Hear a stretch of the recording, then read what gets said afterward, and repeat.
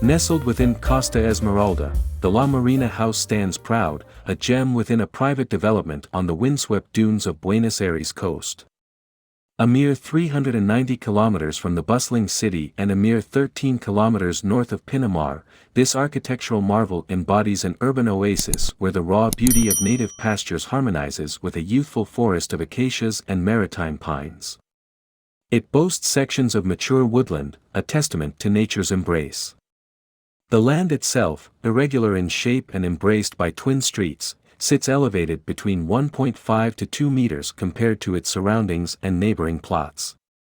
This elevation, while adding an element of challenge to access, naturally bestows a sense of seclusion, eliminating the necessity for additional privacy measures vis-a-vis the public sphere and neighboring domains.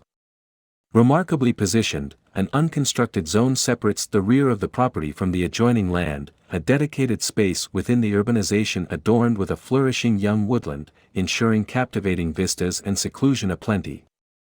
During initial consultations, the clients, cognizant of the elegance intrinsic to exposed concrete, fervently expressed their desire for a home entirely fashioned from this material. They went a step further, extending this preference to a significant portion of the interior appointments.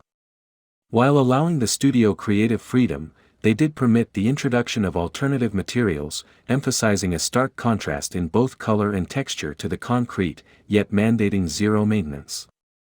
Regarding the home's function, despite comprising only the couple and their 2 young daughters, the request was for accommodations to host 12 individuals. The aspiration? Sharing moments with friends across various seasons and, occasionally, considering the option of rental. Ergo, a service quarters and bathroom, a storage facility for vehicles and beach paraphernalia, spacious semi-covered areas for outdoor activities, and parking for 2 cars were deemed imperative. Adhering to the imposed limitation of not exceeding 300 square meters for the total construction, the design suggested allocating only 2 bedrooms for matrimonial use, one inclusive of a private bathroom, while the remainder were conceived as compact spaces akin to cabins. This strategic approach maximized space for the social domain, undoubtedly the heart of summer abodes. In response to the challenging topographical dissonance between the plot and its surroundings, a solution surfaced, a dwelling composed of 2 rectangular prisms, strategically positioned at varying elevations and linked by gently cascading stairs. One prism, fronting one of the streets, perches above the access platform, intentionally situated a meter below the terrain's highest point. This intentional alignment mitigates the elevation disparity, facilitating vehicular and pedestrian access via a ramp and petite staircase. The garage, foyer, storage area, and service quarters, distinguished by a quebracho wood plank structure that doesn't reach the ceiling, adorn this access platform. This architectural nuance, complemented by the structural innovation of supporting the entire structure with only 4 columns, projects the concept of a suspended concrete prism in plain view, a striking statement marking the entrance.